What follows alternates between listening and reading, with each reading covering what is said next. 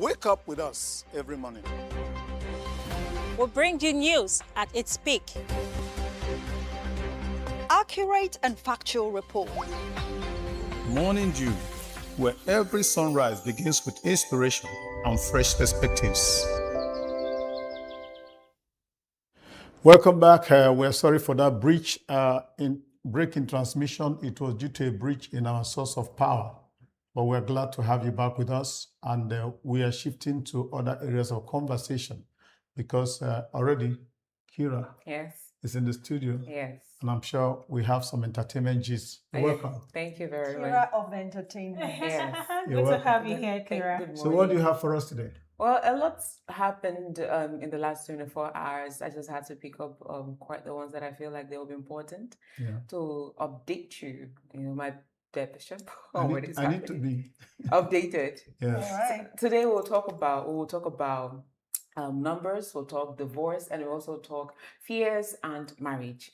We are starting off with today on Davido because Davido came out to say, the Nigerian singer we all know as Davido. His name is David Adeleke. He came out to say that somehow he found it relevant to reveal to us his fears and his in a vulnerable state. And he said, in a state of emotion and honesty, Davido candidly disclosed that one of his biggest fear is not knowing when to quit music. Davido said that it's scary seeing celebrities who once held sway fall out of grace. The singer also said that if he could, he would build a therapy center for celebrities who have fallen from grace. In his very own words, he said, if there is one thing I could build, I would build a therapy center for people who were once popular and very successful people. Because it's crazy to be on top of the world and the next moment you are not. Even in soccer, you win World Cup, Champions League, and other trophies, and people still don't think it is enough. He gave an example with his good friend Ronaldo. He said, for instance, look at my good friend Ronaldo. After everything he's done for football, they still laughed at him for exiting the World Cup. That is my greatest fear. I have worked so hard for me to come and spoil it with something. I pray to God every day to show me the right time to pack it up. And I understand because this is a fear that is very prevalent to celebrities.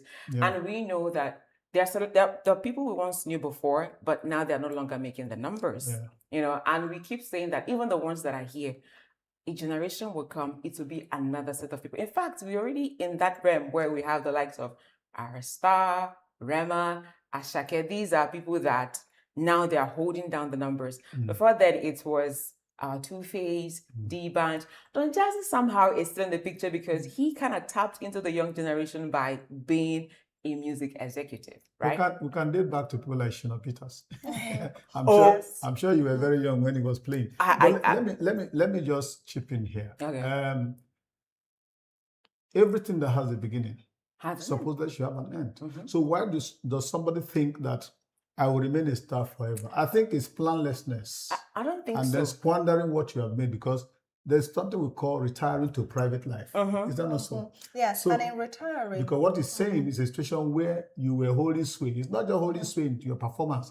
It's in the way you are spending, the kind of life you were leading.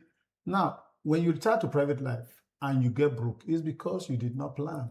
No, he's not talking about getting broke. After He's retiring. getting up. He's talking about. they It's do not. get It's broke. not. But it's It not. happens It's to not really politicians. talking about Yes. getting broke Hmm. after retirement from maybe the entertainment world or music. Yeah. It's not about getting broke, but it's about still being relevant, even if you're not performing that much that you used No to do. champion stays on stage forever.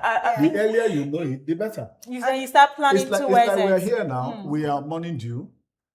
By the grace of God, if Dott TV lasts, some of us will not be here in the next 10, 15 years. Okay. And that's what life is all about. Let me chip in my own little thought. The fact that someone becomes less relevant over time means that even their finances will decline naturally. That's right. But the only thing, you pointed at what Don Jazzy has done. Even sometimes we don't Differently. know when you are investing in younger people, Yeah. you're doing yourself a lot of You're good. building your tomorrow. Yes, because sometimes you will anchor on them. That's right. Some people have gone ahead to build maybe music academies. So what is your next plan after Good. music? So now that It's he's about thinking about the planning. fear, Yes. what next? Davido should not just be fearful. He should plan. think about putting Planning, something putting forward. things, yes. Now What you're can talking. he do for the next generation of musicians? Yeah. If he's able to think of something unique, we will never forget him. Or even do for himself. For himself. What he That's can like, do for himself. Set up something that Exactly. can be earning him Self-just- money. No. The idea It's of not him about doing being it for self. himself is the problem. Okay. If he thinks about doing it for other Self, people, yes. which is Okay. what Don Jazzy debased that others and may abound. also Can I- backing That is W, all. right? I'm sorry. Can I at least say something here? Yeah. We stole your thunder. No. Sorry I love about how that. the fact you guys are talking about this, because all of you, I think some of the things you say quite relevant. But from what he said he is praying to God every day to know when to pack it up with He doesn't need to music, pack it with up. music and performance. He's talking about when to stop performing on, like, releasing songs. Okay. But Davido last week also said something about, if not that he was, currently a musician and a popular one, he would have had a media house. And we're talking about David Adeleke, for God's sake. Okay, let's leave you to unpack yeah. everything you have. All right, so It's back not only to about Davido. back to my updates. Every day I come here with bad news for someone's marriage. Now I'm beginning to feel like I'm a bearer of bad news. No, it's No. fine. It's fine. That's Because me. That's I part of told you life. the last time, it's like a daily thing in our world. It's something we see all the time. So now over to another celebrity marriage split, and this one is something we see quite often. This one is happening in the Platinum's household because Tanzanian singer Diamond Platnumz, his marriage has ended. This information was made public by his wife Zuchu via her verified social media handle. Zuchu, who is also a musician and Platinum's record label signee, did not disclose the reason for the split, but said they are currently separated while working towards their divorce proceedings. In her own words, she said, "We tried, but Allah had his own plans. I have finally decided to choose myself, and this is a time to heal and focus more on my health and career. My husband and I are now separated and going through a divorce. I announced this with a heavy heart. After 6 years of being together, I have finally decided to choose myself." And remember that when the couple announced their wedding last year, June, Diamond's ex-girlfriend lover, Zari Hassan, who ended the relationship with him allegedly based on his infidelity, applauded Zuchu for her ability to cope. Zari, who spoke during an interview when the wedding was announced, said in her own words, "Zuchu wins Girlfriend Award of the Year. She is strong. We could not do it. I hope Platinumz treats her better now because she's a wife now. Let him change. It will be really nice. That guy is pulling out a lot of BS." What is BS? Let's not say what is BS. Let's just leave it. Let's just leave Okay, you let's- tell me. Yeah, I'll tell you later what is camera. this. Yes, let's just leave it at that. Go to the next level. But like I said, Zari was the one that ended the relationship based on allegedly Diamond is always out there chasing what is not chasing him. Or Okay. sometimes what is chasing him because he's a celebrity. Now, away from that, Nigerian comedian Funny Bone, his name is Chibunna Stanley, better known as Funny Bone, has stirred up a debate on social media after sharing his views on the relationship between faith, trauma, and emotional healing. The comedian argued that becoming born again does not automatically erase childhood trauma or behavioral dysfunction. Funny Bone said many Christians mistakenly believe that avoiding vices such as substance abuse or sexual immorality is the ultimate sign of transformation, while also overlooking deeper emotional wounds that continue to shape their behavior. He further stressed the need for the church to pay greater attention to mental and emotional well-being. The comedian maintained that unresolved trauma often operates beneath the surface, influencing how individuals think, react, and relate with others. He noted that some of the most difficult personalities he has encountered identify as born-again Christians, adding that spiritual rebirth should not be viewed as a substitute for emotional healing. Funny Bone further emphasized that therapy, religion, and spirituality can coexist, encouraging believers to seek professional support where necessary. His comments generated mixed reaction among social media users. While some agreed with his position and praised him for drawing attention to mental health issues within religious communities, others insisted that the Holy Spirit plays a vital role in helping believers overcome emotional and behavioral struggles. Now, over to you, Bishop. I took out the story because So Over specific. to me. That was so specific. Over to you, Yes. Bishop. What do you want me to say? Over to you, Bishop. Some people say Some that people say once the Holy you are born Spirit, again, yes. automatically That the Holy Spirit will plays wipe a away vital role. everything that you have gone through. No, Is it no, true? no. It's not. It's Okay. not. What happens is when they say all things are passed away and all things become new, what it means is that you have a clean slate to start a new kind of life. Now, when they say all things are passed away, your face does not change. Sometimes your habits don't change. Now, what changes you, what brings transformation is your interface with the Word of God. Okay. Yes, in the book of 2 Corinthians chapter 3, verse 18, we cannot but quote scriptures. He said, but we all with open face, beholding as in a glass, the word of God are changed. Or the So glory so of God what are changed. happened? Now, what happens is when you see what the word of God says, don't do, you don't do it. You're already Okay. changing. I have a very important But question. it So is that's possible. gonna take It is a gradual possible that process, right? the Or word of it's God or the preacher automatically- tells you this is not to be done, and you continue doing it. You have not changed. I have a very important Go- question. ask Does me. this mean that everything one has experienced before giving his or her life to Christ automatically Gets heals? deleted. Because Or there's some just people get that are deleted. dealing with No. It doesn't heal. The healing comes by what I'm telling you. Okay, so we need to make extra efforts to Transformation. heal. That's an effort. That's your own input. Okay. The input you make is the word you are hearing, because everything is by the word. Okay. He said he sent what his word. His word healed them and delivered them from their destructions. So One- your okay. partnership, your intake, your fellowship with the word of God. He said not only the hearers, but the doers are blessed. Doers, You can hear the word of God every day. You can Alright. cram the Bible One- and one- quote one- it, one major but you are not ready to question. do it. Yes. There's no transformation. One major question. So for like what is the duration to look at for when one just gets born It's not again? even about And- duration. It depends on you. Does the It depends on church you. have does the church have things in place to help the Christians, Christian brothers and sisters heal? Yes. Even in church, we don't talk about sexual morality. Like we shy away from We're that not topic. shying away from it. Those who shy away from it are those who are neck deep involved in it. Oh, okay, that's good. It becomes difficult for you to talk against what you do. That's or good. That, talk okay, against okay, I who get you it. I are. get the angle. I get The the Bible angle. says, every man proclaimeth his own goodness, but Yes. every man's judgment is of the Lord. Okay. I will Okay. not come and tell you that I'm a bad guy. Sure. I do bad things. I will always, instead, I can even avoid. That's okay for now. We're not Yes, in church. yes. But I wanted you to talk Yeah, on that but topic. I've done what I can do. Thank you very much for trying. But let's now talk about rapper Vector. You know, the last time I came here, I talked about Vector. So currently, right now, he says something else that I think we all should hear, because Nigerian rapper Olarawaju Ogumefo, popularly known as Vector, has revealed that he met his wife Yinka Koka at the club, but yet she is incredibly homely. Vector said, contrary to the stereotype that clubbers don't make good wives, his own wife is super homely. He was very specific about that. The rapper disclosed this while arguing that it is not necessary to follow societal standards or every advice when choosing a life partner, especially as regards the meeting places. Vector and his wife Yinka Koka got married in a civil ceremony in December 2022, and currently they have a daughter together. Okay. Yes. What you are saying now is that he said. There are good wives in the clubs. Yeah, Go to of clubs and course. find a Yes, wife. they And there are bad wives in the church. That's not, There are also yeah. bad wives in the church. That's not the proper way to say it. Then What was what's the proper way to say? What you say is believe God for a proper wife, believe God for a Oh, proper Lord. husband. Okay. But So, like but you you said, can like you also said, find your listen, partner listen. anywhere. You can find your partner Regardless anywhere. of you the cannot. location. I would not advocate for anybody to go to the club to find a wife. Yes. Okay, but you we're can, saying but some you can good meet a girls. wife in the club. Some good, Yeah. yes. I Some, have Now- an experience some of good women that. want to have fun. We talked about transformation just now.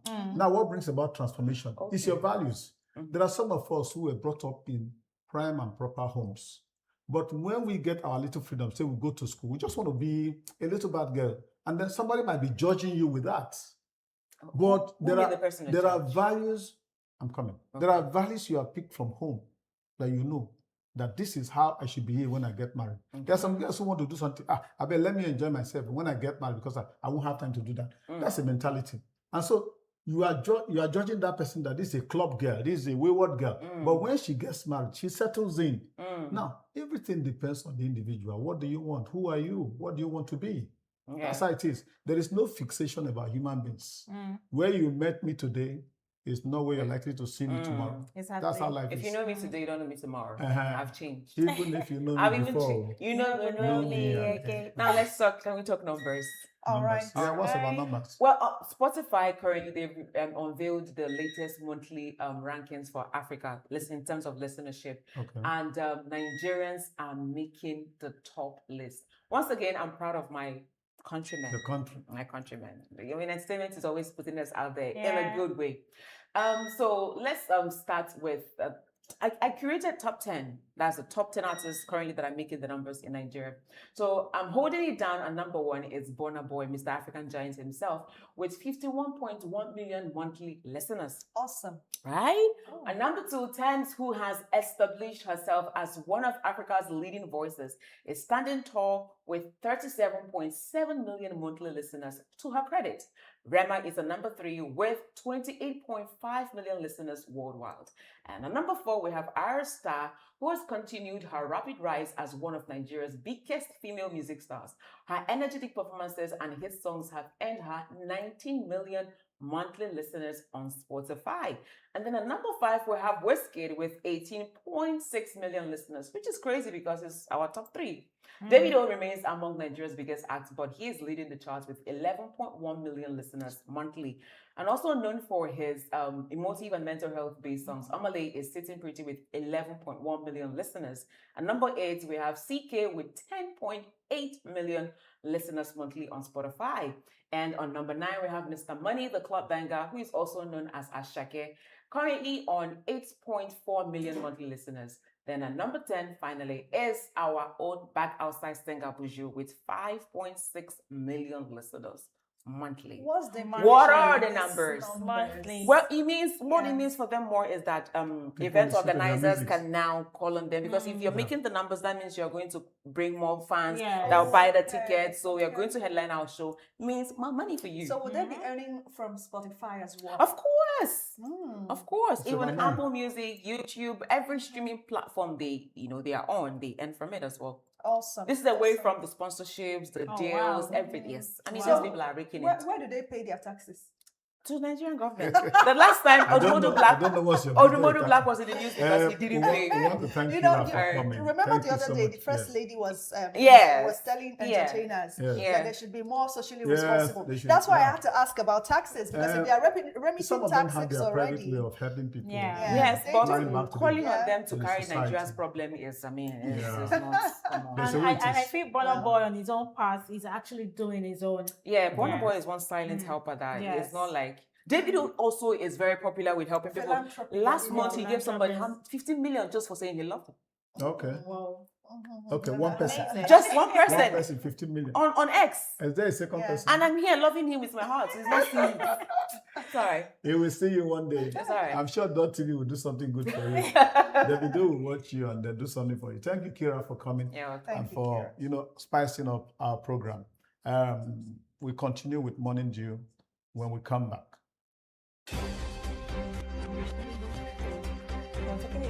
Wake up with us every morning. We'll bring you news at its peak.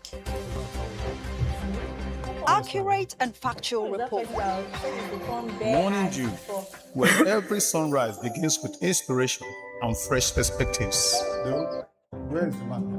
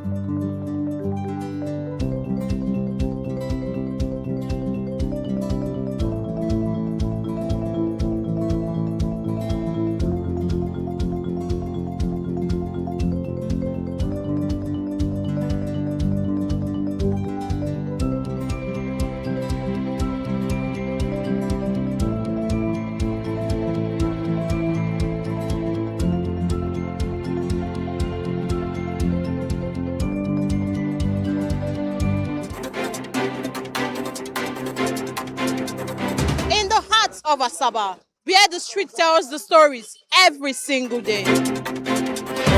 From the corridors of powers to the decisions shaping governance and politics in Delta and Nigeria.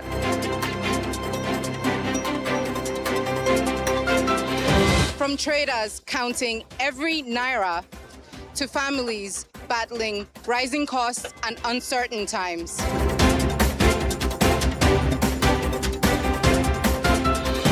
From football pitches to sporting successes to the major developments making the headlines all over the world. And from the untold human stories, the struggles, victories, resilience, and hope of the everyday Nigerians. This is the news beyond the headlines. Dott TV News are your trusted window to stories that truly matter to the people. Here, we don't just report events, we tell the human stories behind them.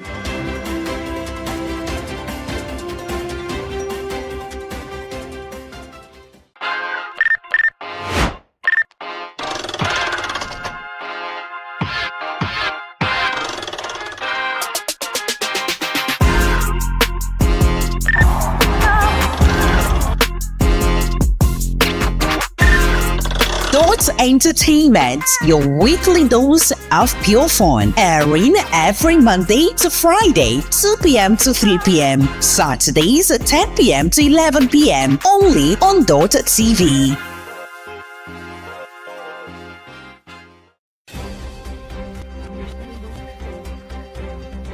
Wake up with us every morning. We'll bring you news at its peak. Accurate and factual report. Morning Dew, where every sunrise begins with inspiration and fresh perspectives.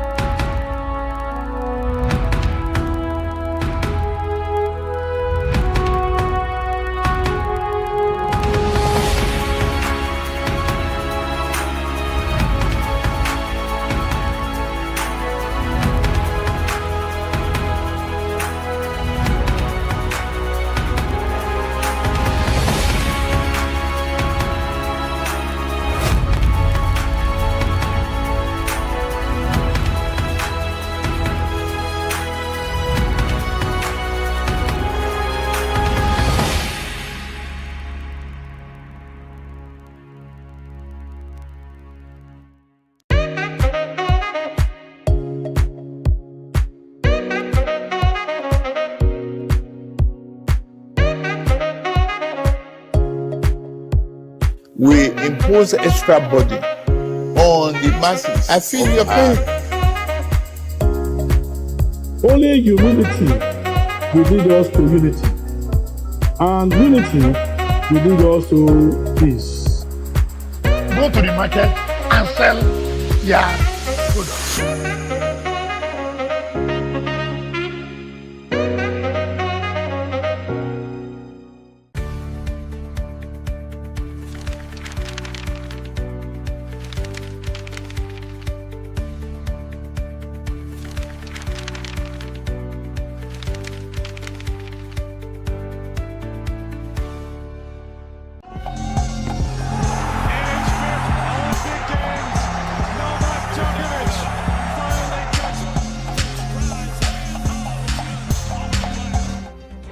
Wake up with us every morning. We'll bring you news at its peak.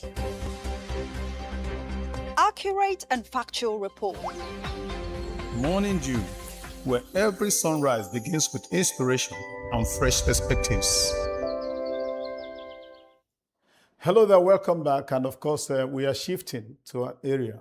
The global concern is how we raise our children to give them a future, to be able to adapt especially in the world we are in today, so many distractions from the screens, from peer influence, from all manner of vices in the society.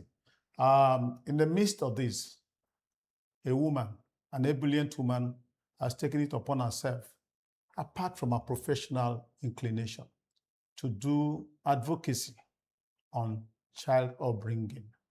We are here with a child advocate in terms of training them, giving them, the nuggets that will give them a good future. Talking about Mrs. Augusta Anyanwu Egbom. You're welcome to our studio. Thank you. She is the founder, the Duke's Infant and Child Foundation, and of course, the convener of Train the Trainers Summit. Also, we have Safe Screens Nigeria, all in one, packed together and carried by a woman who is beautiful, ebullient, and of course, a housewife. Sorry, let me not use housewife, a wife. No. You won't like that because of your profession. I don't think you're always in the house. You're always up, and you're welcome to our studio. Great work you're doing, ma'am. And of course, Success and Ify are always here with me. They give me the backing I need. Thank you. Thank you. I'm glad to be here. Thank you. All right, we'll take a short break. We'll be back to continue with the warm conversation. Stay with us. Wake up with us every morning. We'll bring you news at its peak. Accurate and factual report. Morning Dew, where every sunrise begins with inspiration and fresh perspectives.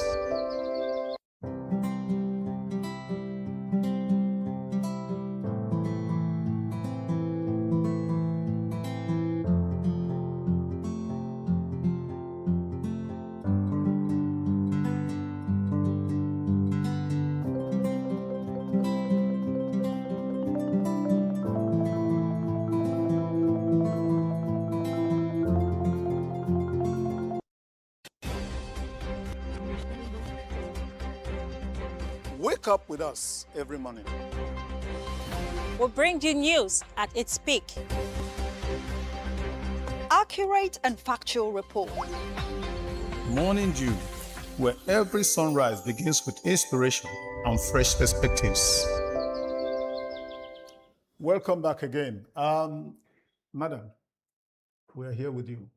Thank you. Now, an area that is a bit stressful, children, raising them up with all their niceties, idiosyncrasies, and of course, excesses, and how do I say?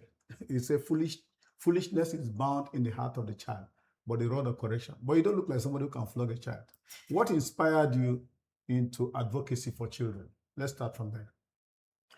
If I tell you the story of the advocacy and my dedication to impact the life of children and the next generation, it will turn to an emotional session. So let's have it. Let's have it. Okay, very briefly, I come from a very close-knit family. Yeah. Pressured by what I see around me, I'm raising more than my own biological children. I see their silent struggles. I see a lot of concerns. I see the world we're in now that is different from the world we are raised from, we grew up from. So, and I have 2 Gen Alpha children. I see what is happening at the international scene, and I see some of the struggles from these Gen Alpha children to the Gen Zs. And by virtue of what I do as well, I work with a lot of Gen Zs. Yeah. I tell you that if you look closely, there are a lot of struggles going on right now. A lot of things are dragging the attention of our children, yet we expect so much from them. Okay. Children are born by no fault of theirs. All of us, very busy. As I speak with you, they've not had breakfast. This is holiday. I'm out here. Yet we expect so much from them. We need to realize that this is 21st century. if I also tell you a couple of things, I come from a family where my parents are teachers. I also have elder ones that are teachers. I see someone like my elder sister, for instance, who is so dedicated, very passionate. She could not afford international medications, or would I say international 360 health check, for instance. So all her life, she had handled this thing called OSA. Do you know that as she was retiring, and then we had a comprehensive health check, we discovered she had a stage 4 cancer. And in less than 2 months, how would she have known when that's why I'm telling you, if we start, a whole lot of things. This is someone that was a teacher, very passionate, and all of that. Recently, I also encountered another teacher that just moved out of the husband's home. And what was that? Because at the end of this, at the close of school session, she goes to help over 5 families. What do we call them now? All those extra classes, extramural lessons. Yes, helping other families, home lessons, helping other families. By the time she comes back, she also has 3 children that are within the Gen Alpha, age. The only close person to these children cannot handle the children. The issues of the children. So, what can she pour into other children? We have crisis. Then you also see what is happening as well, because at the international scene, they have avenue to report. All of those things you're seeing there, they are also happening around us. We see the people that we are leaving our children to care for them. They are the ones that are messing up with them, messing them abusing up, them, abusing them, a whole lot of things. Yeah, I see you are getting emotional. Let's come this way, so that you can ease off. Yes. Now, can you unpack the foundation for Duke's Infant and Child Foundation? What is it all about? Okay, so what do you aim to achieve? We are advocating for children brighter future. We have discovered the foundation is about 10 years. It's about 10 years now. Wow. We discovered that there are so much that is required in bringing up a 21st century children. And parents and their guidance and their trainers are not equipped with the 21st century knowledge to step up to the challenges of the 21st century. So that is why we're having so much gap. And that is why we're saying children of nowadays.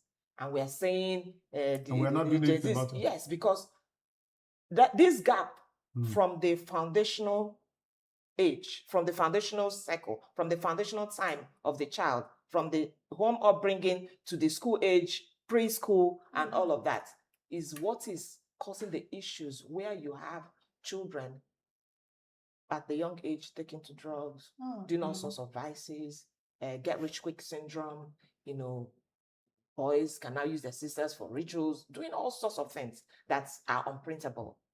And then we are saying children of nowadays, we are focused on them getting education without actually, raising humans. Yeah. Creating awareness in them. Do you understand? Of the environment. So, when we are growing up, it takes a village to raise a child. That's right. As we speak, the village is distracted. Who are the people raising our children? That is why we are having the global crisis we're having today. We need to raise children that are aware, children that understand, how to detect the real from norm, and how to, navigate the crisis of their times. Okay, you raised an issue of the other persons we have that are close to the children, which are those persons from the home lesson teacher or the nannies that looks after our children, and they end up abusing or molesting our children. So how can parents better protect their children from abuse and so on? And then why they don't even have the time. Yes, and why is child rights important? Why is child advocacy important? That is why. So the awareness, the time is now. The awareness is ongoing. We see some of those. That's why in our circle, the Duke's Infant and Child Foundation, we raised this awareness and we called it a national emergency. But as we are moving, we are seeing that it's a global crisis. Yeah. So we initiated what we call Train the Trainers Summit. Train the Trainers Summit is addressing the entire ecosystem, both parents involved in raising the child. The ecosystem from the parents to the teachers, to school owners, to community leaders, to faith leaders, to policymakers, everyone around the ecosystem of raising our children. What about the nannies? And the Exactly. They are guardians. They are all trainers. So Train the Trainers Summit. So that if you are aware, you understand all of these things, because we have different faculties taking on different topics per state. As we speak, we have covered 17 states and 18 locations. Our next destination is Northern Nigeria. Because these days it appears that parents are so busy to, really have time for their children. That village is distracted, and the person suffering are the children. You raised vital concerns talking about raising humans, and I saw the passion with which you mentioned that. I have followed some of your activities across the southeast when you were on train from Anambra to Enugu. So now you're also talking about, I'm not sure I saw safe screens at the time you had your last tour of states. Now you asked a vital question that we did not answer. Who is raising our children now in the frame of you advocating for safe screens at this time?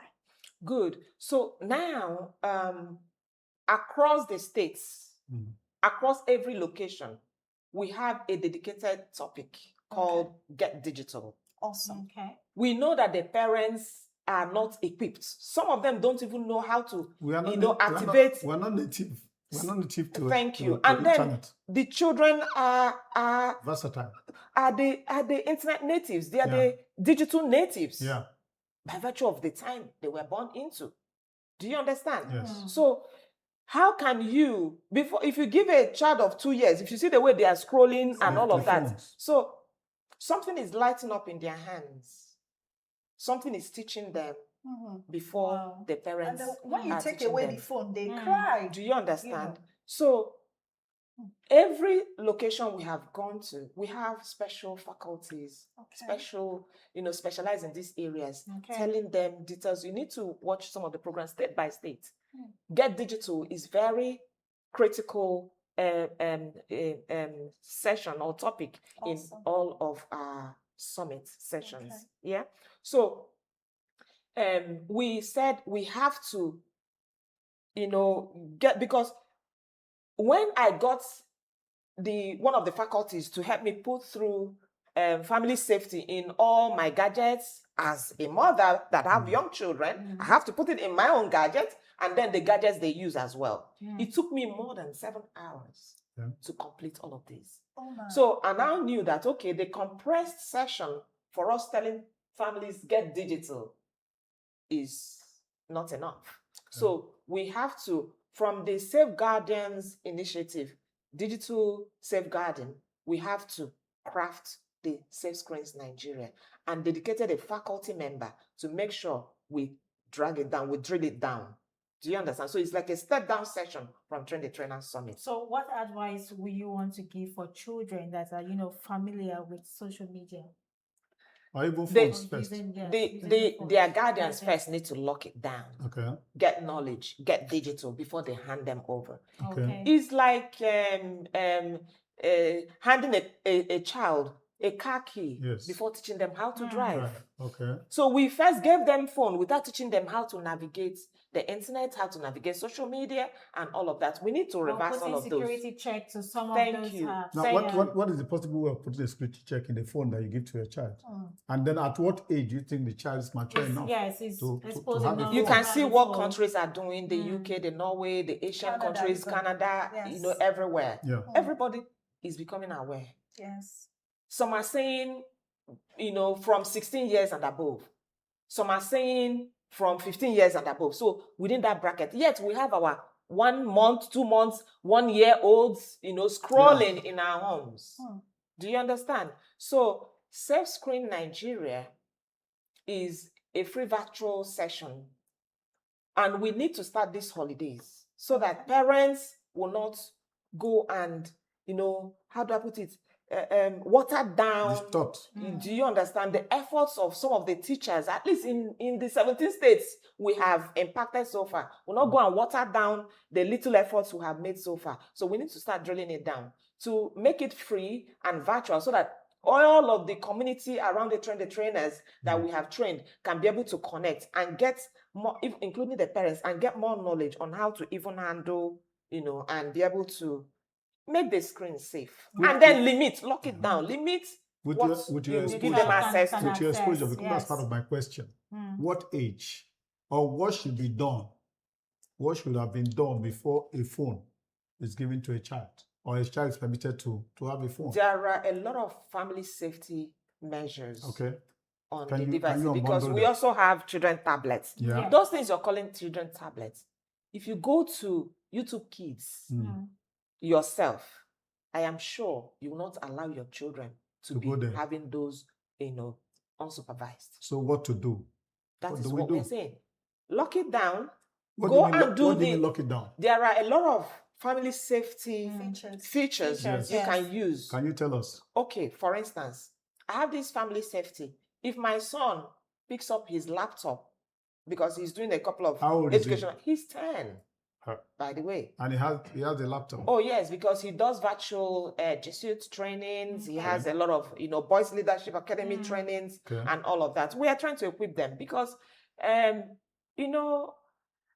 am what I am and who I am. I may not be able to guide him every step of the way, but I have to also, seeing that lacuna, also make provisions. Exactly. You understand? So while I'm away, if he has to even have access, for him to put his password on his computer, I will have to give him approval. Oh, awesome. So it's not at his discretion. Yes. So if he's going for a leadership academy, it's about an hour. I'll give him an access for an hour. Okay. Wow. So that as soon as he's done, for him to go to any other site or scroll to any other place. Before we log him out. Yes. Then for him to even go to Chrome, YouTube, or every other place, it will pop up on my phone. I have to approve. To give him access. Awesome. Wonderful. Awesome. Of course. Wonderful. Awesome. We'll continue with this So wonderful being fair, conversation when we yes. come back. Let's take a short break here. We'll come back and continue with the conversation. Stay with us. Wake up with us every morning. We'll bring you news at its peak. Accurate and factual report. Morning Dew, where every sunrise begins with inspiration and fresh perspectives. All right, so we are back and thank you for joining us again. We are talking about control. And you said there are paradigms you can use to lock down the phone. Please, can you explain properly? And then how do parents in a larger quantity get to know about this and apply them to their children? Okay. Getting or having control of your children, tablets, devices, laptops, even the ones that are in school, even your teenagers, we are calling on parents, please take control now. There are a lot of predators out there, even the ones that you think they are gaming. Some of them disguise as children, fake their age, and they are grooming your child behind the screens. We need to wake up. We need to wake up now. So we are calling on all parents. Safe Screen Guardians has a brand child now called Safe Screen Nigeria. We are calling on all parents to please join the conversation online. Join and come and learn. You need to take control of your children before the world, the streets, will take control and teach them other things. And before you know it, it will be too late. So it will be a virtual training every Sunday by 6 p.m. Across all our channels at the same time. The training will be going on simultaneously on Facebook, on IG, on TikTok, on YouTube, simultaneously for about an hour, 30 How minutes. do they log in? If you go to our handle, you will see the post for this Safe Screen Nigeria. There's a WhatsApp channel there. But if you're following us, as soon as we go live every 6 p.m., you can be able to join. So give us your handle so that okay, on Facebook, the Dukes Infant and Child Foundation. On IG, Dukes Dukes_infant. Dukes_infant. On YouTube, the same name, Dukes Infant and Child Foundation. So immediately you use, we have two handles on IG. You can TDIC Foundation. Yes. .org on IG, or Dukes_infant_child on IG. But on Facebook, the Dukes Infant and Child Foundation. Okay, so I have one major question. Do you think the Nigerian Child Act rights law is, doing a lot right now? We will revisit that. Okay. We are trying to do some things before we approach the policymakers to look at all of this. Across the globe, times are changing. The child right law was done long before now. Yes. A lot of things have emerged. Okay. So we will come to that. And Now, then let's- very let's- briefly, how Okay. do you find time? You're a very incredibly busy person, because I know someone out there wants to make impact, but they are busy as well. So how are you able to bring all of this, given your career as well? You're carrying everything. Where do you find steam to keep going? Sometimes I ask myself that as well. But I tell you, if God give you a vision, a burden, He will raise men to also Exactly. support you. I have incredible team. Okay. I have global coordinators for 20 Trainer Summits. Yeah. I have When you say global, global. is it He global? is Is it the global on one the internet, or you have branches? global. Like I told you, Yeah, this yeah. is a global emergency. Okay. So we are starting with Nigeria. Right. We have done the entire South Nigeria. Northern Nigeria is next. The world is our stage. Fantastic. So we have a global coordinator. We have educators sitting on our board that understand pedagogy, that understand some of these things, that are raising these faculties. So we have, a tight community that are impacting knowledge. And I tell you, these people, they are not asking you to be paid. Some of them are voluntarily. Yes, Setemi, the DP Oborikoko Commission, she has followed us from state to state. Wow. Fantastic. Do you understand? So we have foundations too that are also volunteering to this To cause. partner with you. I am telling you, at no cost.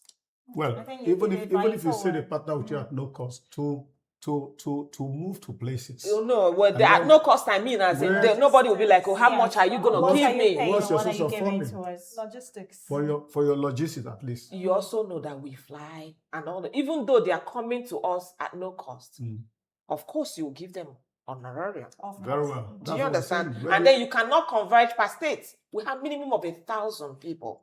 In some of these states, like the time we went to Ogun State, we made provision for 1,000.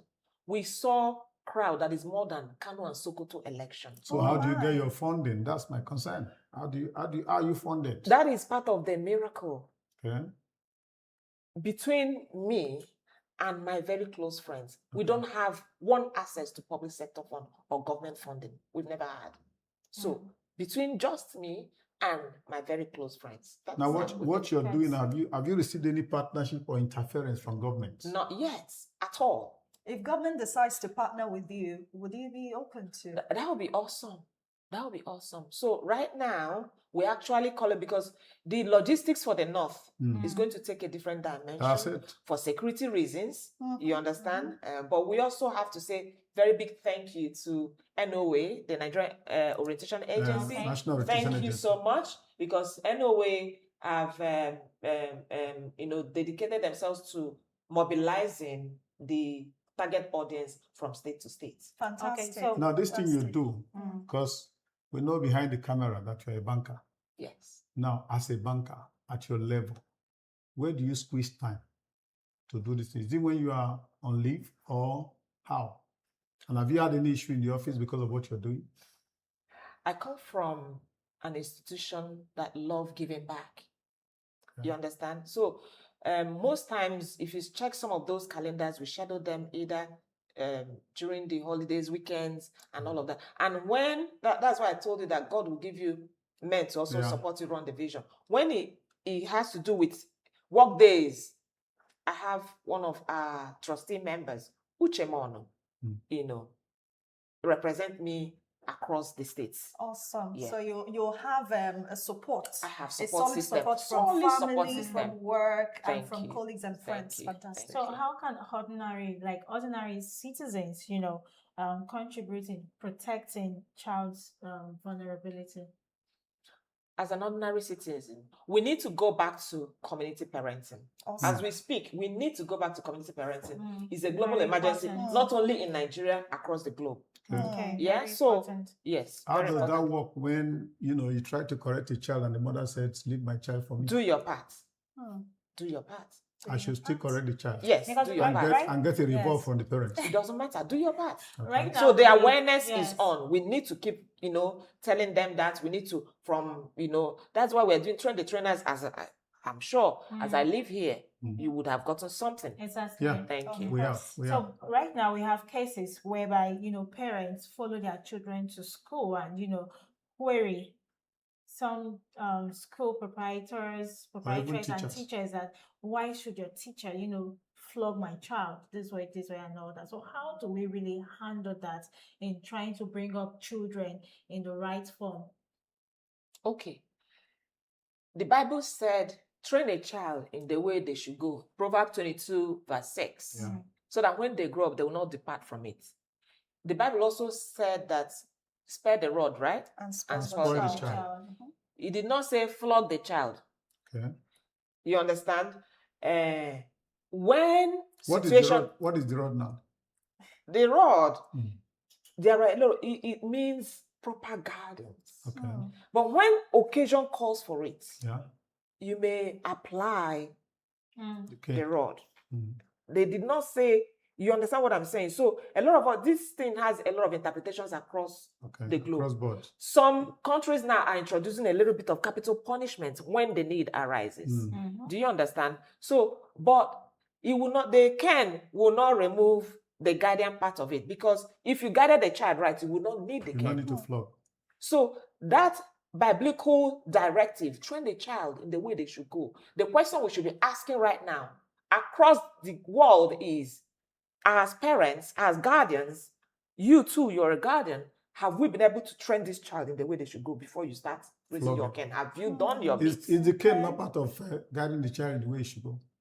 Before you raise that cane, Yeah, ask yourself, have have you you done put in your fundamentals? have you done the fundamentals? Okay. All Is right. there any gap that is leading this child to this misbehavior that you're trying to raise The the cane. cane? So guide. All right. Let's come this way. You say you have been, everywhere in the South. 2 questions. Have you been to Delta State?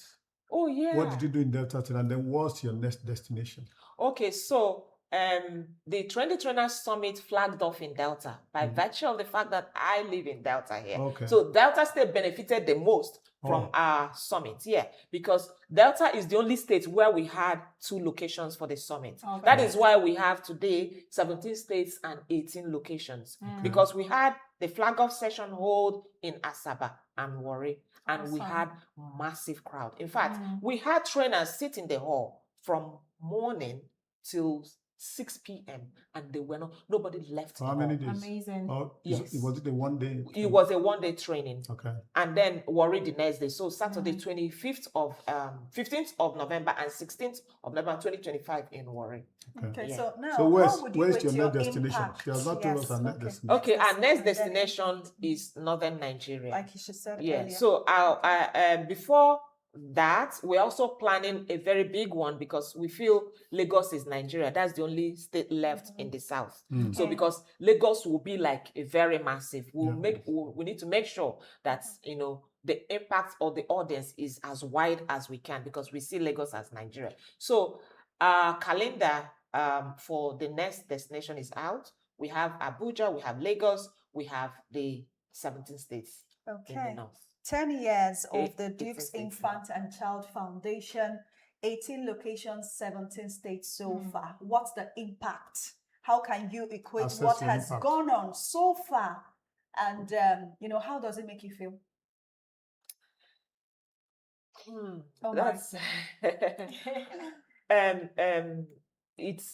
it's fulfilling when you see even the faculties, you call them on everybody, they're anxious, they're waiting. As I speak with you, we saw some trainers in the north already advertising, train the trainers, Northern Nigeria, register, are you ready? Wow. So the north is already waiting. So the impact has been enormous. The encounter. What are the feedbacks? That is, it's... Maybe you can tell us one or two. Okay, so, for instance, the SSG's wife, I got a text message, a WhatsApp message after the woman told me, have attended sessions, conferences all my life. I've not experienced something like this. And, you know, I did not realize that we have been there from morning till evening. Augusta, this is... How did you do it? All right, thank you. Okay, so thank what's you. your one last message? That's your, this heartfelt message for parents, guardians, caregivers. and caregivers, trainers generally. So for our trainers, I want to encourage all of us. We need to rise up to the challenges of the 21st century. The world our children is growing into is different from the one that battered us. We need to rise up right now. We need to make sure that our guiding principle is tightened. Right now, every opportunity you see to learn, to know what to do to navigate your child right, do it now. And please, at no time would you leave your children alone, unattended to, without knowing what they're doing at any time, at any point, and who is with them, and what they are doing. Very important.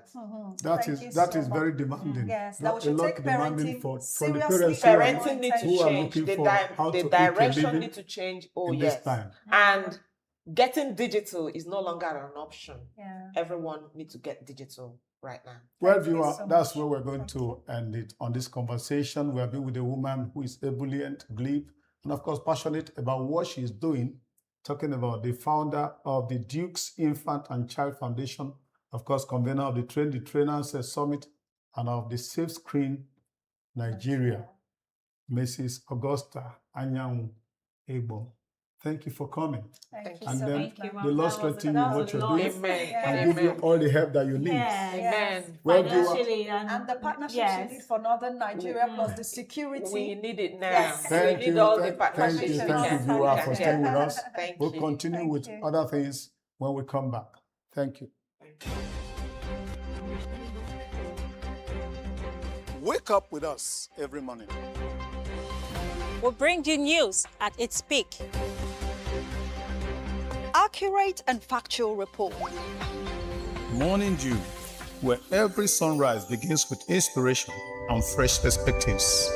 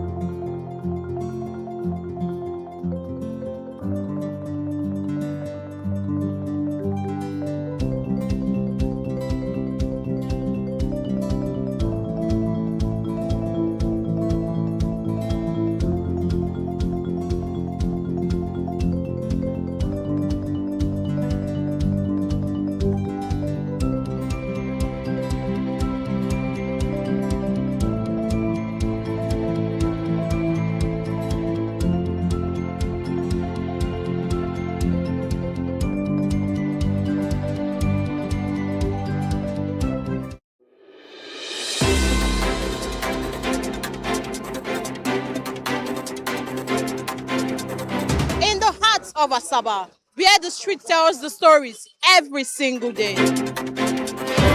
From the corridors of powers to the decisions shaping governance and politics in Delta and Nigeria.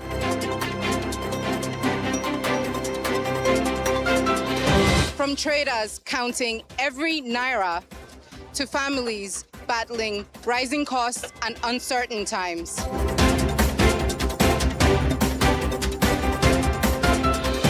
From football pitches to sporting successes to the major developments making the headlines all over the world. And from the untold human stories, the struggles, victories, resilience, and hope of the everyday Nigerians. This is the news beyond the headlines. Dott TV News are your trusted window to stories that truly matter to the people. Here, we don't just report events, we tell the human stories behind them.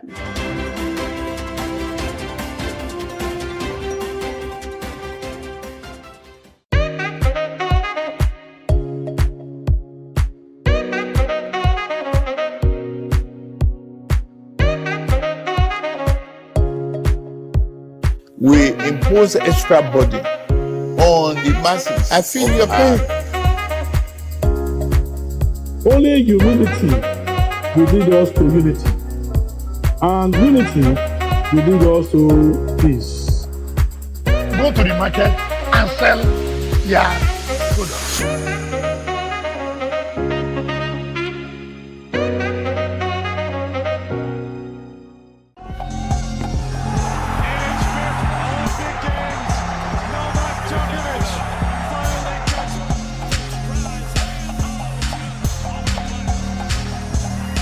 From Harrison, that is a massive world record. Martinelli goes, boys, out of his goal. Martinelli, this will be 3 for Arsenal.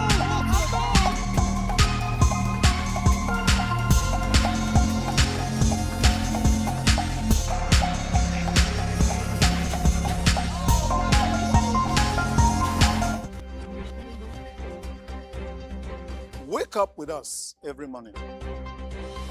We'll bring you news at its peak. Accurate and factual report. Morning Dew, where every sunrise begins with inspiration and fresh perspectives. Yes, welcome back and thanks for staying with us all this while. And we are changing conversation, as we continue. Now, a lot more often, we hear of a position, public relations officer, that has become prevalent in government, in organizations. When an organization is doing the election, there's a key post they call public relations officer. We're going to look at public relations activities from the point of view of somebody who is a practitioner in that area. We have in our studio Mr. Godfrey Osakwe, who is chairman, Nigerian Institute of Public Relations here in Delta State. Good morning. So you're welcome. Good morning. Good morning, viewers. Welcome. Thank you. Good to see you. Thank you, sir. So let's start this way.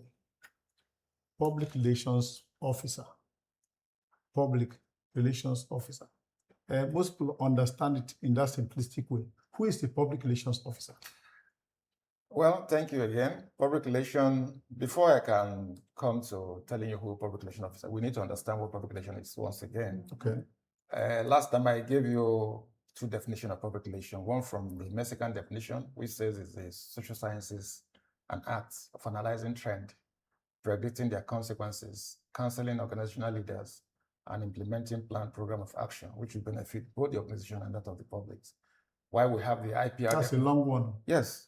So that's why in PR we say that's why you infer that it must be a top management function, because you can only sit in the board before you can be able to advise your chief executive on what is going on in society and what you're also taking, you serve as a link.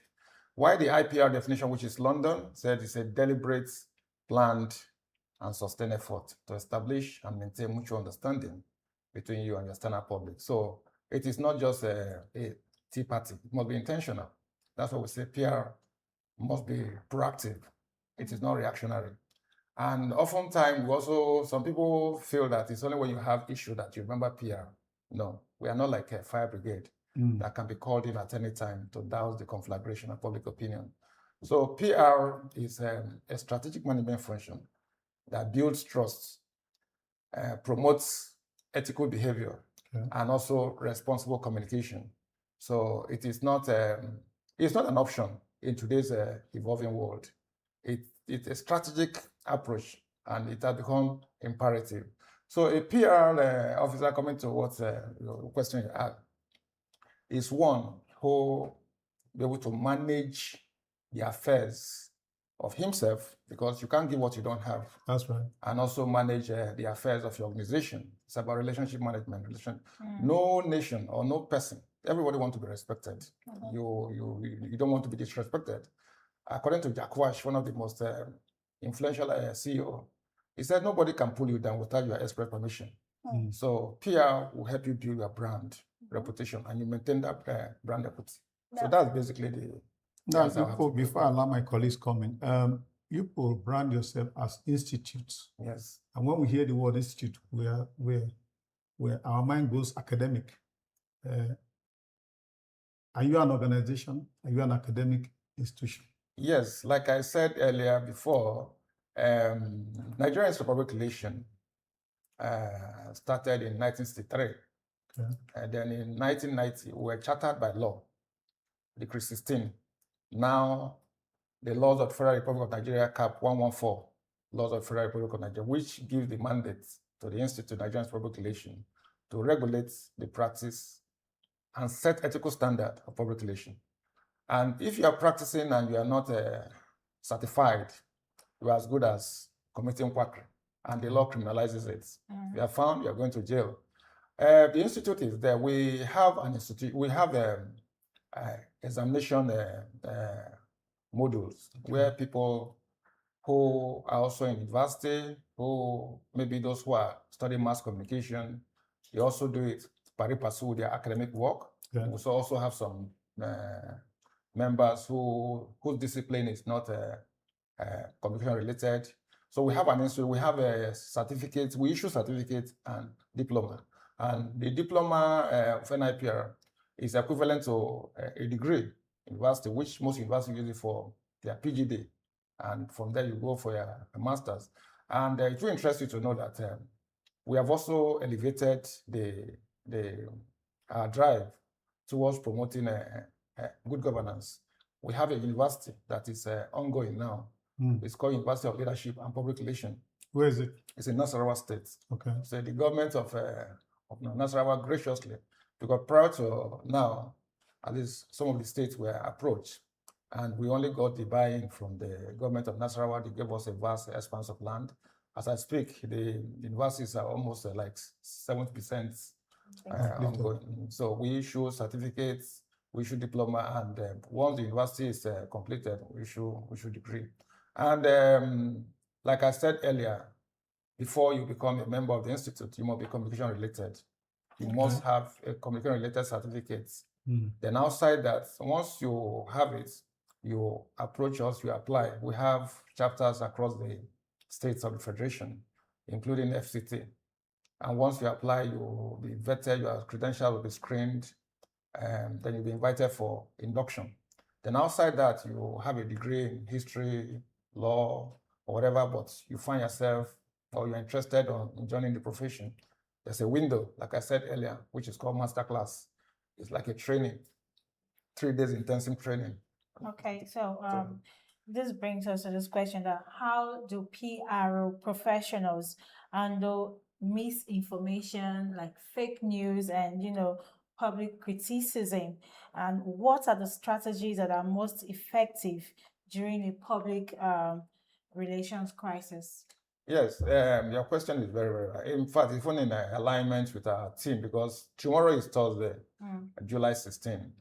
We're having what we call World Public Relations Day. Okay. It's a global celebration.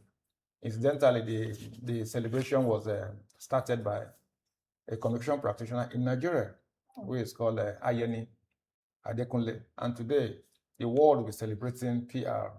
The idea is to draw the attention of the whole, to draw the attention to humanity, the importance of PR. You cannot wish PR away. So the theme for this year's celebration is the golden age of strategic PR. Awesome. The golden age of strategic PR. Then the sub-theme is the essentials, importance of the human operating system in a highly or in an increasing automated world. You will agree with me that the world is changing faster than we can ever. It has changed. Imagine everything. So how do they manage misinformation? I'm coming to that. I'm coming to that. So what I'm trying to say in a nutshell, because today you find that we have artificial intelligence, Okay. we have social media, we have globalization, and we have public expectation on how people should communicate. And information travel with the speed of light. Sure. So also is misinformation and fake news. So now for you to be able to do this, you need to apply what you call the human element. With all these things, you cannot wish out human being. That's where the issue of empathy, ethics, emotional intelligence, and sound judgment comes Morality. in. That is the no matter. So coming to situate your question, as a PR person, like I said earlier, the crisis is inevitable. And the challenges of human being is there. So when that issue comes, as a professional PR, you must activate your preparedness plan. Like I said earlier, you must know, like you are in a broadcast industry. There are issues. You may have challenges of maybe your camera is not working or something, maybe your light trip off. You must have a plan. When this happens, what do we do? How do we handle it? So we have to set a plan ahead of the exactly. problem. That's why it's a proactive, it's an intentional. It is not reactionary. So the crisis you are talking about, yes, a PR person must communicate with honesty, consistency, and transparency. Okay. Not necessarily because you work in an organization, you want to shield the organization. Of course, in as much as you owe your organization that social responsibility to protect them, you also owe the public that onions to tell them what happened. So you must be able to apply that balancing out. That's where professional PR comes in place. And talking about celebrations, tomorrow, of course, there's the World Public Relations Day. I am aware that there is another celebration at the end of this year in November. That's the World Public Relations Forum 2026, Abuja. And the world is coming to Nigeria for that. So this one taking place tomorrow is a build-up. So talk to us about how tomorrow will lead us to November and how it's going to be. Well, that's an interesting one. Fine. We are lucky as a nation, regardless of what is happening in our politics. So the build-up is there because the attention will be focused on Nigeria. Awesome. Even as we plan to convoke that World Public Relations Forum, which is first in the history of Nigeria to host that event. Perhaps Africa or West Africa? No, here in Nigeria. Okay. What other African countries? I think maybe Nigeria, because South Africa battled Nigeria several to host this one. They tried to throw so many things, security and whatnot, but through the dynamism of our team in Nigeria, we were able to sway the opinion of the decision maker. So to speak, the World Public Relations Forum is a big one because we're going to have about 126 nations convoke or converge on Abuja, and the topic still is about responsible communication, the voice of the world, because we find that communication can lead a nation to war. That's right. It can also lead a nation to prosperity.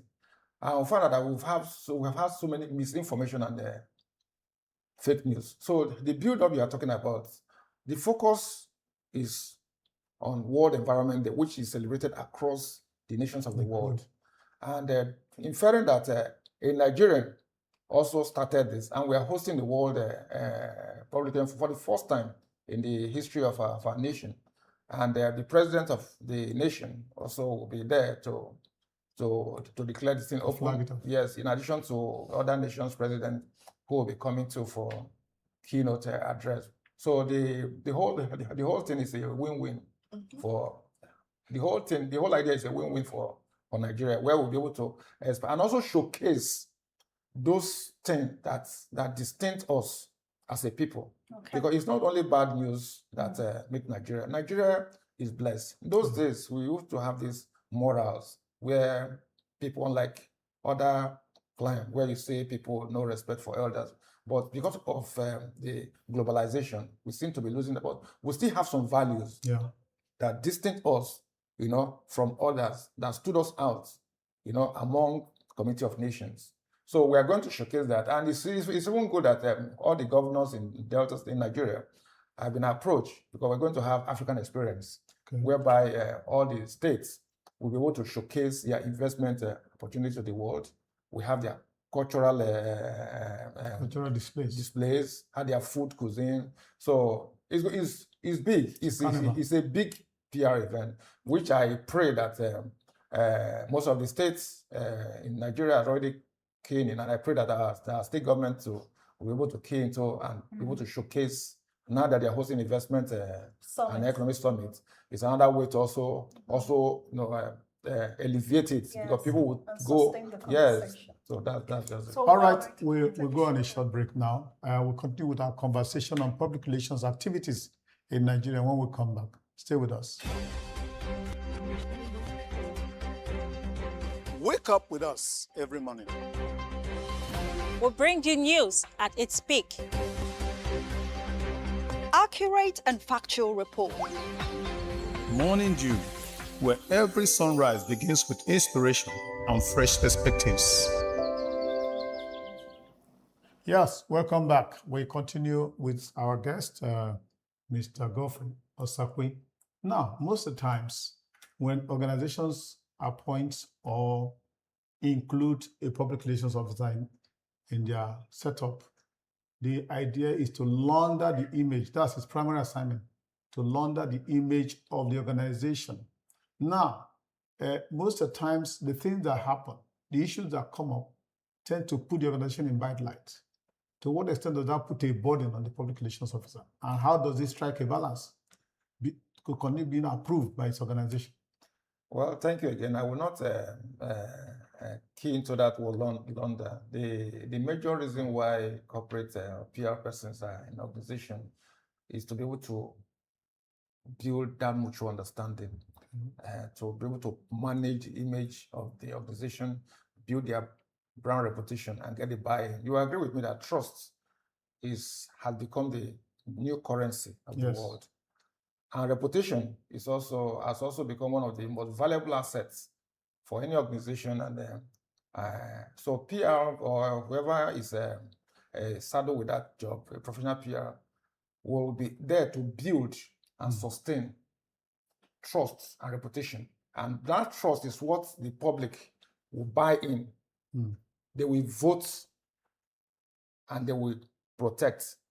So that is basically why but in a situation where there are issues, issues between the company and the environment where you operate. A professional PR, like we often tell, PR is not falsehood.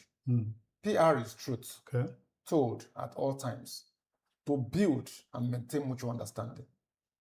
We've had some organizations, I will not mention them here because of we don't want to be promoting one brand. We had organizations that find themselves in crisis, maybe all this way in food business, you have rumor, you eat this to a child, but I know what not. So if you have a good corporate PR event, who will be able to manage that event, you will come out stronger. We had like aviation, airline, because they attract so much public scrutiny. Sure. You have disaster and air crash and whatnot. We've had series, some they could not come out of it. We've seen some airline that once existed and they are gone because they could not manage that crisis. Do you understand? So PR person is not about protecting the image of the image. You must be factual, accurate, and communicate responsibly at the end of the day, because once human life is there, you must, and that distanced us from other professions. Like I told them yesterday, that PR is more like a bulldozer that bulldozes the way, where others thrive, advertising, marketing, they are different in entirely. So you must bring that emotional connection to be able to balance. Same also as a nation. There was a time in school when we were in school, there are certain things you should not report based on national security. You owe your state that responsibility. So it's also applied to corporate. Let me take you to a very tight one.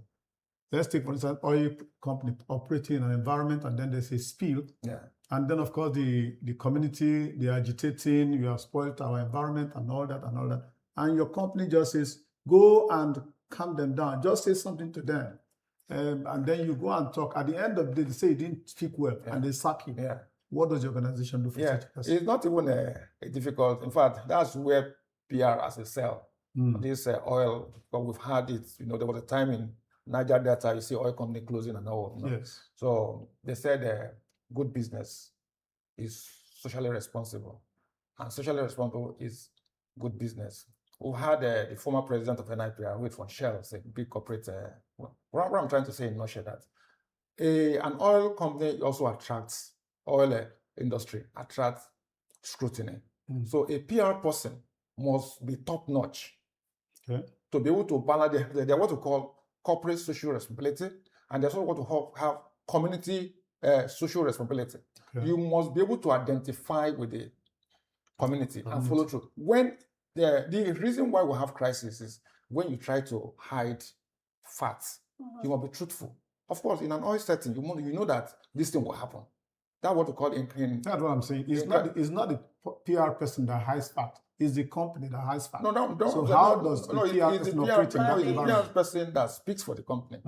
Like I told them yesterday, the issue of this, the person that started modern PR is called Ivy Lee.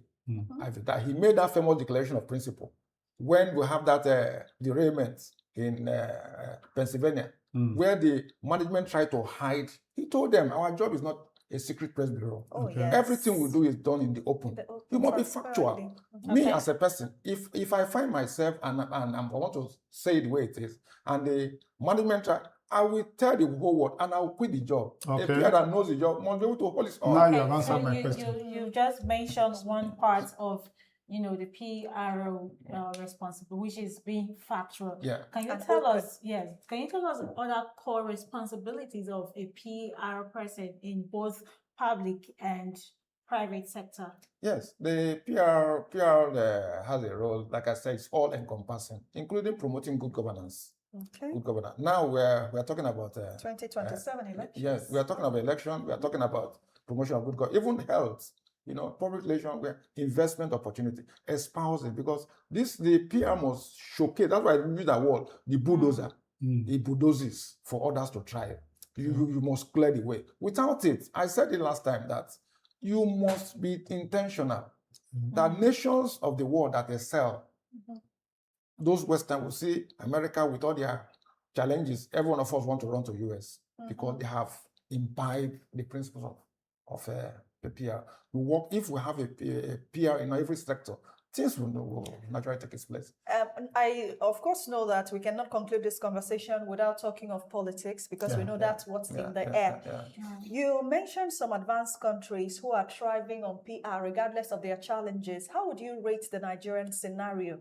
We wake up every morning, and sometimes now we are talking about a phony agency. Nobody knows if the agency was recognized by the government. The man is saying, oh, yes, I was appointed. Government is saying he was not appointed.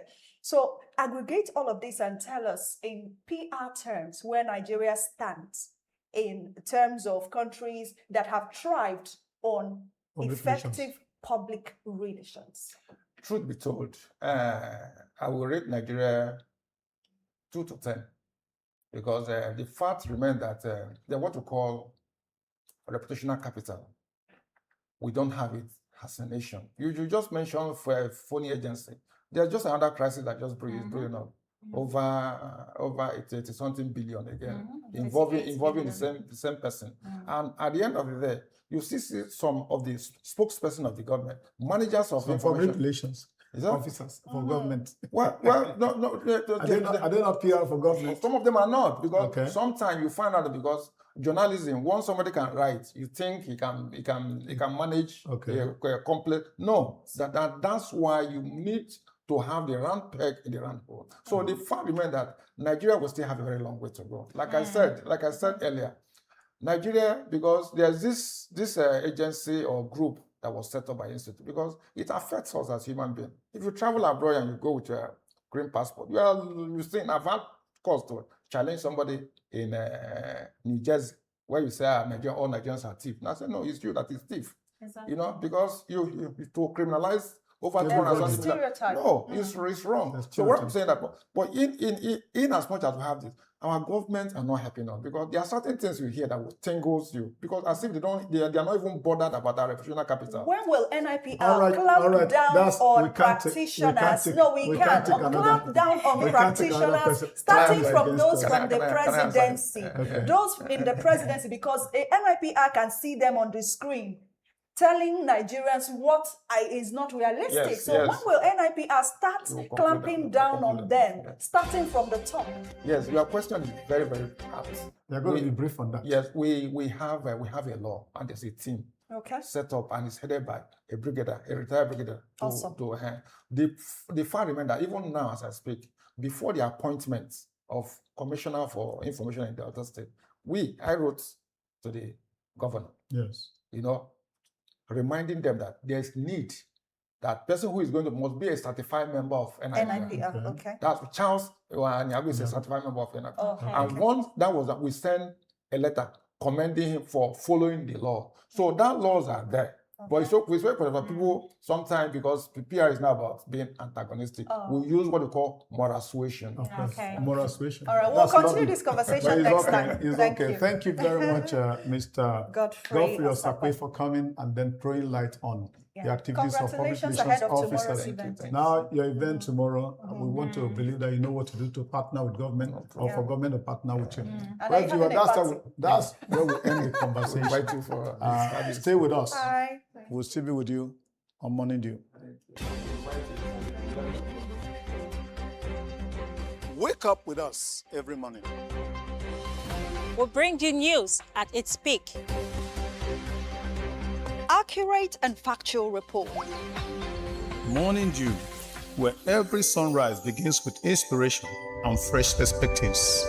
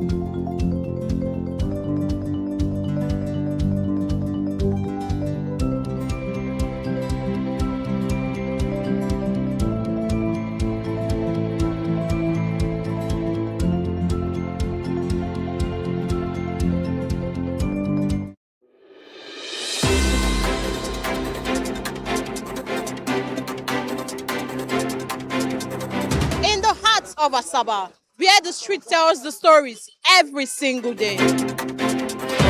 From the corridors of powers to the decisions shaping governance and politics in Delta and Nigeria.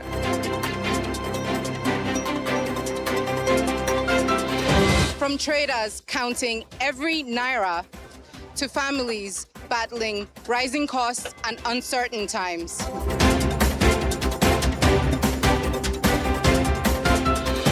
From football pitches to sporting successes to the major developments making the headlines all over the world.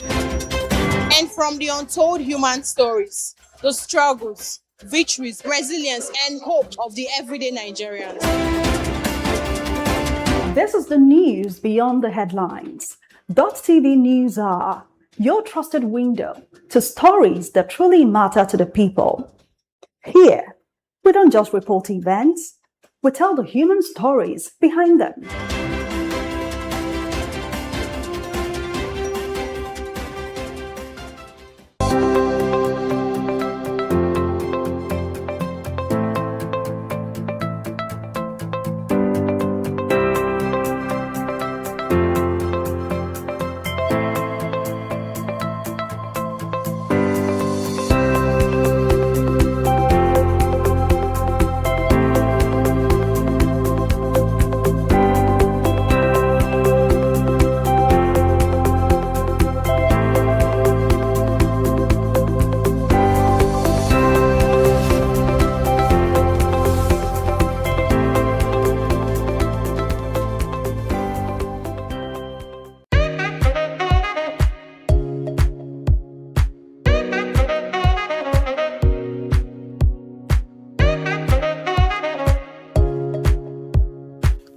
impose extra burden on the masses. I feel your pain. Only humility will lead us to unity, and unity will lead us to peace. Go to the market and sell your products.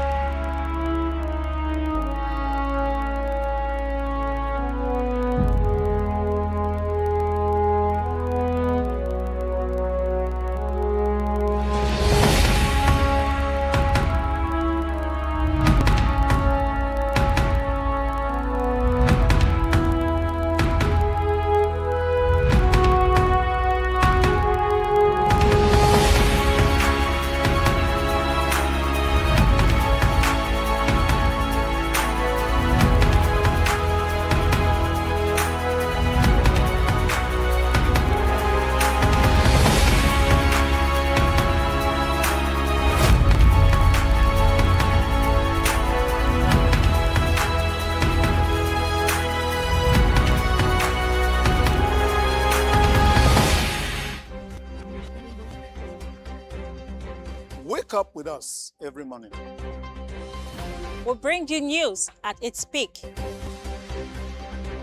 Accurate and factual report. Morning Dew, where every sunrise begins with inspiration and fresh perspectives. Yes, welcome back again, and straight up to business. Of course, Ewo Mazino Iroro of our business desk is already in the studio. Thank you for having me. What do you have for us today? All right, let's get right into it. We're starting off with debt today. Nigeria spent almost $1 billion servicing its foreign debt in just the first 2 months of this year. That's from the central bank's own report. $440 million went out in January, another $480 million in February. That's $920 million gone before the end of February on debt alone. Now, servicing debt isn't a scandal in itself. Countries borrow and countries repay. But here's what makes this striking. The International Monetary Fund says interest payments alone swallowed more than half of government revenue last year, about 53%, just on interest, before servicing the actual loans. So picture a household where half your salary goes to loan interest, before food, before school fees, before the generator. That's the squeeze. Every dollar sent to creditors is money not spent on power, on roads, or hospitals. And because these foreign repayments leave in dollars, they quietly pressure the naira, which feeds into the prices you see in the market. There's more to watch though. Nigeria is still borrowing. The World Bank is now our single biggest foreign lender, so the bill isn't shrinking anytime soon. Okay, now to a message delivered straight to the finance minister's desk. A coalition of civil society groups, the Economic and Fiscal Justice Coalition, handed Finance Minister Taiwo Oyedele a position paper this week, and their message was blunt. Reforms, they said, can't look good on paper alone. They must be felt at home. So their headline idea is called Borrow Better. The point isn't to stop borrowing, but what the government borrows for. They ask, are we borrowing to build things that pay off, like roads, power, productive assets, or are we borrowing just to cover day-to-day spending? They urge the federal government to establish measurable development outcomes for every borrowed naira. And they backed it with a startling figure. According to the National Bureau of Statistics, about 63% of Nigerians are what's called multidimensionally poor. That's not just low income, it's deprivation in health, education, housing, clean water, all at once. So how should we judge these reforms? Not by the exchange rate, not by credit ratings, but by whether food is affordable, whether there are jobs, whether children stay in school. That gap, better numbers but harder lives, the coalition calls it Nigeria's single greatest economic challenge today. And they want it fixed by growing revenue at home, not just borrowing more. And finally, to tech. Microsoft has some advice for Nigeria. The company's government affairs chief for West Africa, Nonye Ujam, says the people who decide whether artificial intelligence actually works for Nigeria are civil servants. Her argument is that public officials don't need to become tech experts, but they need enough fluency to write smart policies, manage the risks, and actually oversee these systems. She pointed out a worrying pattern. Governments love AI pilot projects, but when officials don't understand the technology, the pilot runs never grow into real national programs. There's already a movement. Lawmakers and senior officials have been through AI leadership training, and Microsoft says more than 4 million Nigerians have picked up digital skills in its work with the federal government since 2021.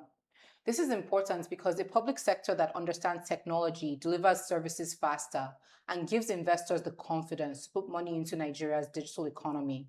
That means more jobs. So Nigeria has the AI strategy documents. The race now is empowering the people who can execute them. Yeah, thank you for this rundown.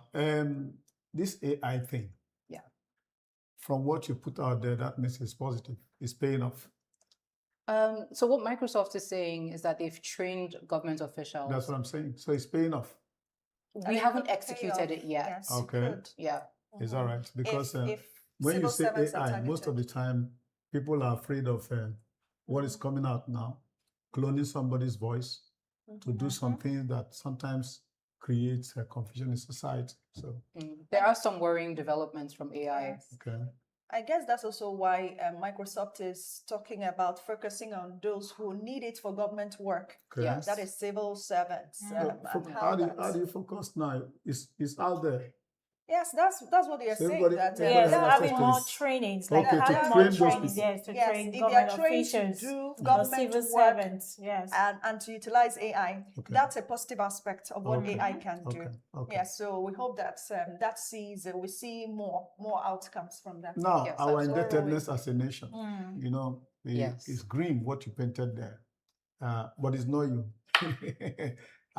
What counsel can we have for government at this point in terms of borrowing? Because, like you said, countries borrow to invest in things that will be profitable. They'll be profitable to the I know of a country society. called Brazil.